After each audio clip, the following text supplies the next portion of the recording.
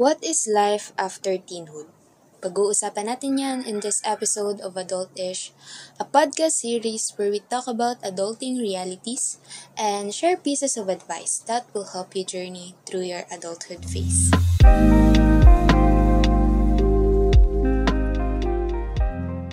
Welcome to the first episode of Adultish. This is Podcast Tinay, and in this episode, we're going to talk about the lived experiences ng young adults, how it was like for them transitioning from teenhood to adulthood. What really comes after teenhood? No. What's life when the years of playing around ended and suddenly you are faced with multitude of responsibilities as an adult? I came up with this topic kasi it's a good topic to kickstart our series, and it's for the young adults seeking a shoulder to lean on, for our teenage listeners who want to be informed about what they should expect kapag time naman nila to become the new adults. Syempre, this podcast is especially for the post-teenagers who are nearing their 20s. Gusto kasi nating malaman what adulthood is from the real experiences and the perspective of an ordinary young adult. So we have a guest today, a very special guest because she's a friend from high school and also siya ay isang young adult din who's currently going through all the things that comes with adulthood. She's going to share her adulting experiences. Kaya ang mangyayari ngayon, parang kamustahan na rin ito tungkol sa life ganaps kasi we rarely come together these days. 'Di ba? Hindi lang sagot makukuha ko sa'yo, pati na rin chika. Anyway, hi Nicole! Welcome to my podcast. Please share us a little background of yourself. Hi, good afternoon. I'm Nicole Bidaigo, and 20 from Bicol University College of Education, BS Ed Science 2 student. And being here in your podcast, I feel so grateful since it's been a long time since we last saw each other. So I'm excited with what we are going to do today in your podcast. Ayun, I'm also excited, Nicole. I feel the same way kasi ito na lang din talaga yung time na makakapag-usap tayo, di ba? Totoo. Yeah, let's take this opportunity. Ayan. Thank you sa pag-accept ng invitation. Sure. And bago ang lahat, tatawagin na lang kita sa nickname mo. Siyempre, go. Para na rin siguro maging mas laid back tayo while discussing things, di ba, Col? Totoo. Like, parang random day lang together. So, pag sinabi kasing adulting, unang reaction natin is natatakot tayo. Parang automatic response na natin yun. Sabi kasi ng karamihan, mabigat daw ang responsibilities ng isang adult and malaki ang chance that we would fail sa mga gusto nating mangyari sa buhay natin, mawala or get lost along the way. Ganun ang sabi ng karamihan and ganun siya i-portray ng media. Gusto ko malaman, ano yung mga naramdaman mo nung post-teen era mo? Especially dahil ang daming nangyayari, ang daming changes, you are confronted ng reality na tapos ng high school, kailangan ko nung magkolehiyo, which requires more serious attention and broader commitments than in high school. Yes. How was the process for you? Yung process nun, it was difficult and I have this lot of anxiety going on that time, especially during high school. It was on the time of pandemic and there was a lot of parang barriers towards like hindi mo makikita araw-araw yung mga klase mo and yung transition from junior high to senior high was also difficult for me since if you remember, nahiwalay ako sa inyo noon. So like, it was a very new environment that I have to adjust.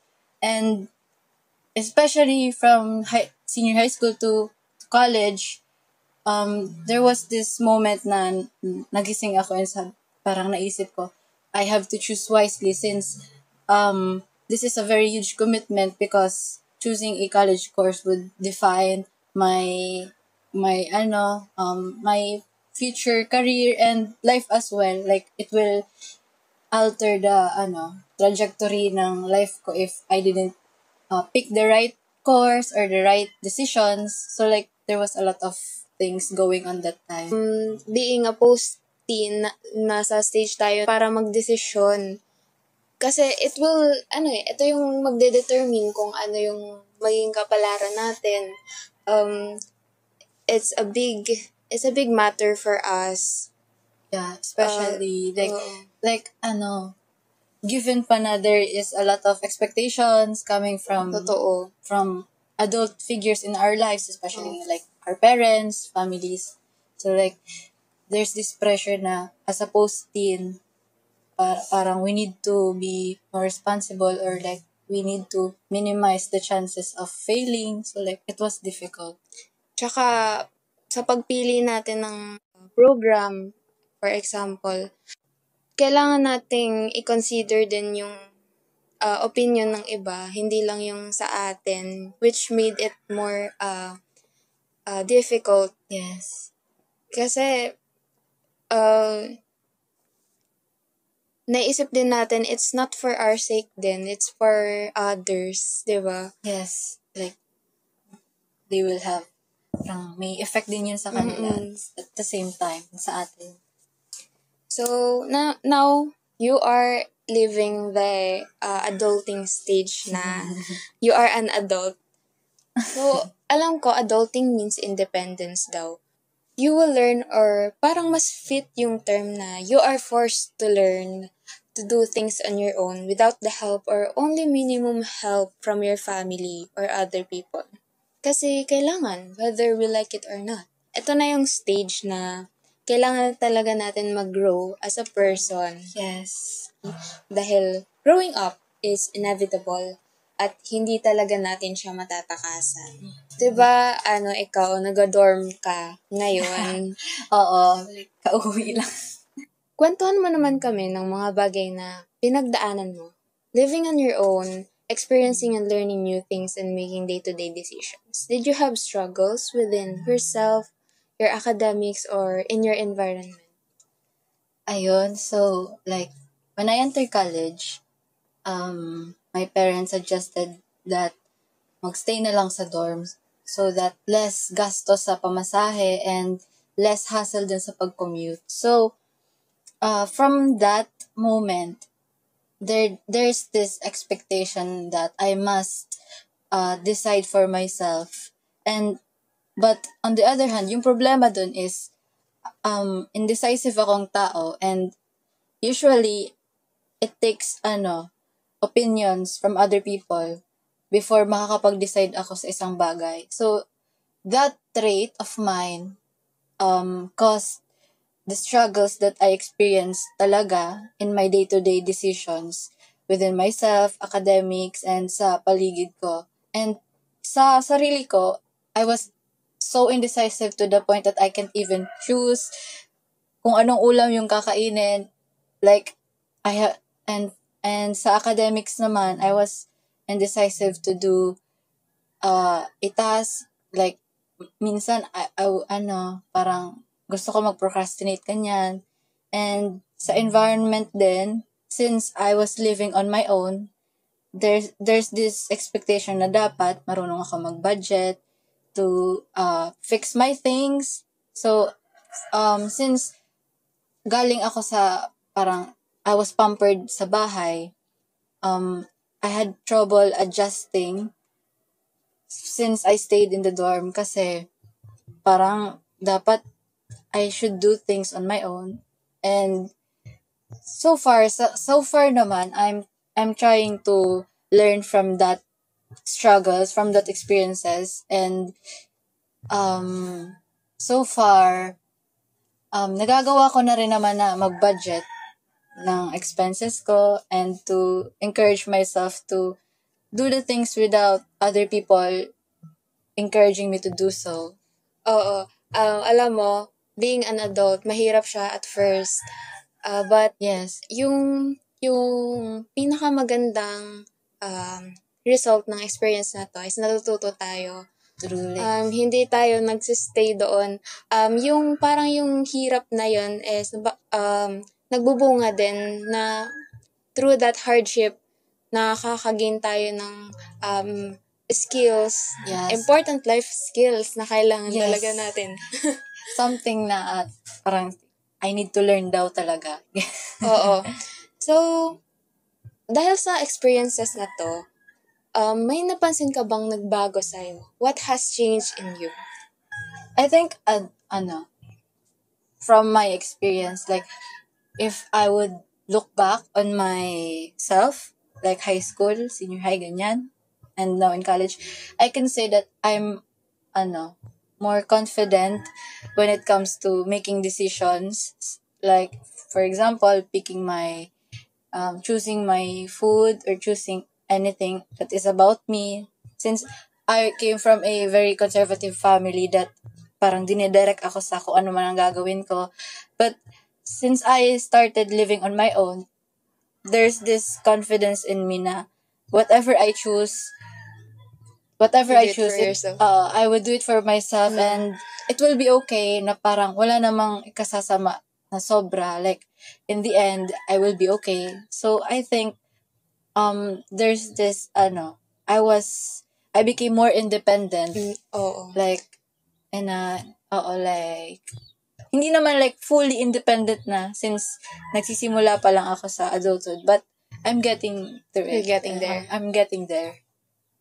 In terms of the things na, syempre, may mga bagay din tayong na discover. Meron bang mga bagay na you thought before is right, pero ngayon is you're trying to unlearn it na? I think yung ganong bagay sa akin is doing things because of or doing things out of passion or impulse. Like, before kasi I was very idealistic that I should do whatever I want or whatever feels right to me. But since I entered adulthood, like ganyan, I was in a situation where I realized this is not about me anymore. Like, hindi lang siya tungkol na sa akin. There are also people around me that will be affected by my decisions. So, it is not advisable or like always advisable that I would do decisions out of impulse base sa kung ano lang gusto ko. I must be reality-wise. Oo, practicality. Like, yun yung, before kasi di ko maintindihan if bakit there's some people who chooses practicality over what they Dreams, want. Oo. I was very against it. Like, you should do what you want. Kasi idealistic ka. Yes, yes. Like, I would say, no, you only live once. You should do that. But now that I grew older, I think I experienced many situations where I was being like we should be sometimes practical with our decisions since first time din nating mabuhay. So like, as well as anybody else. So like, we should consider them also. So from that, I think that's what I'm trying to unlearn not unlearn, but to learn it or to see it in a new perspective na dapat we should consider deciding man logically. Nagkaroon ka ba ng some sort of coping mechanism? Kasi sabi mo, you've struggled with a lot of things. How did you work it out? During those times where I struggled, since nasa dorm lang naman, and I'm not very sociable. So, I think one of the coping mechanisms na natutuhan ko is to sleep. Like, I think if things get too overwhelming, I believe that itutulog muna, like, to give your mind some rest para pag ma-refresh mo yung utak. like, para pagising mo, baka, you're able to think clearly. Like, ganon. Oo, tama. Kasi, sabi nga raw, kailangan mong i-balance yung rest sa Oo. sa pagiging hustler. Hustler. Yes, hustler. And there other coping mechanisms naman, I think. Pero negative siya. Binge eating. I eat a lot when I feel sad. Because sabi nila parang dopamine boost yon. So, I think those are some of my coping mechanisms. And nag-work naman siya somehow. Oo, kasi pag nagde-take tayo ng mga sweet, Yes. sweet foods, parang momentary, siya. Parang Parang elate, yung ganyan. Yes. So, if you could describe adulthood in one word, isa-summarize mo yung adulthood sa isang salita, what would it be? Yung para bang you are describing it to someone, asking what it is or how it is to be an adult.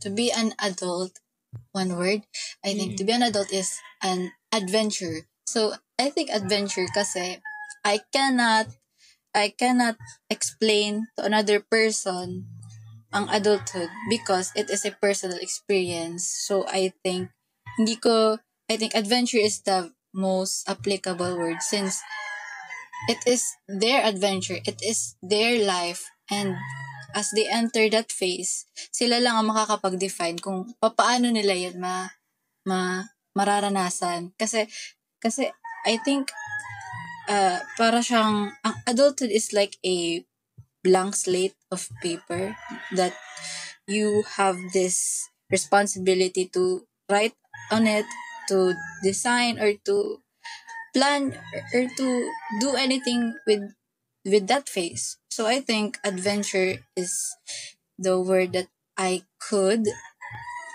offer to someone na magtatanong. Kasi since it's tayo naman na ang makakapag-define kung based paano on natin our experience. yes, like that. Ang ganda nun. Blank slate of paper. Oo nga, no? Adventure, hindi natin siya dapat i-depend sa perspective lang ng isang tao. Kasi it's an individual experience. Yes. And ikaw lang yung makakapag-describe nun. It's based on how you experience it. Like, parang, see it for yourself, ganyan. Totoo. Kasi, yung adulthood experience ko may be different from yours. Kasi, there's a lot of factors that could, doon, like, what if yung personality mo is mas outgoing ka kaysa sa akin? So, like, as an introvert, di ko naman pwede sabihin na, magkakaiba-iba. na ganito ang magiging adulthood phase mo sa buhay. Like, being in this stage ng buhay mo, do you have realizations? Yes, every night. Go. I mean, aren't we all? Oo. That naman tayo. But I think one of my realization is that in our vernacular. Ooh. Vernacular? Big word. Para dugay pa. I think I'm in that position na I realize that as we grow older, we tend to realize na marami pa pala tayong hindi alam. And as a individual that has already entered adulthood ngayon pa lang, recently, I think I have so many things to learn and unlearn, and that adulting shouldn't be rushed. Like, it is not a moment na mapaperfect mo in a single try. There will be a lots of ups and downs and trials that would teach you lessons and memories or good memories later on.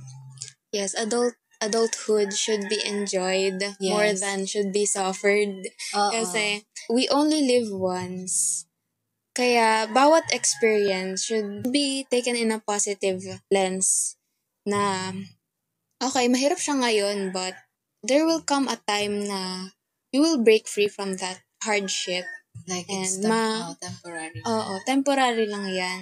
Sa mga young adults like Nicole, don't be afraid then na harapin yung mga challenges and yung mga kailangan talagang pagdaanan because it's part of life. Yes.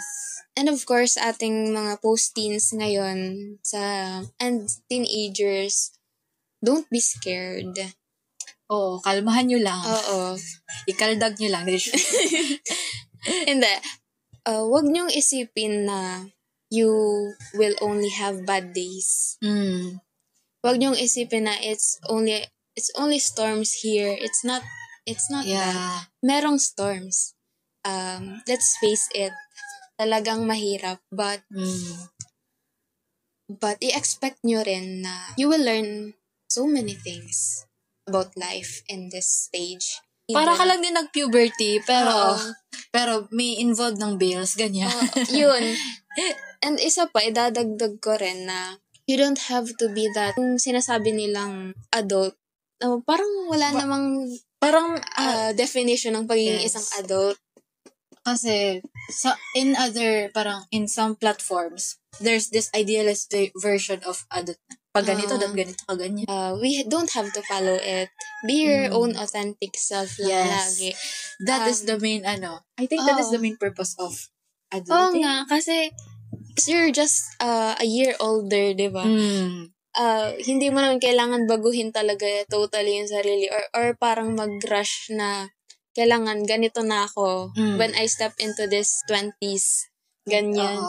So, thank you for tuning in. Thank you. I hope you gain a lot of valuable things about adulting from I this hope may napulot naman episode. kayong may napulot kayong Meron. A lot, actually.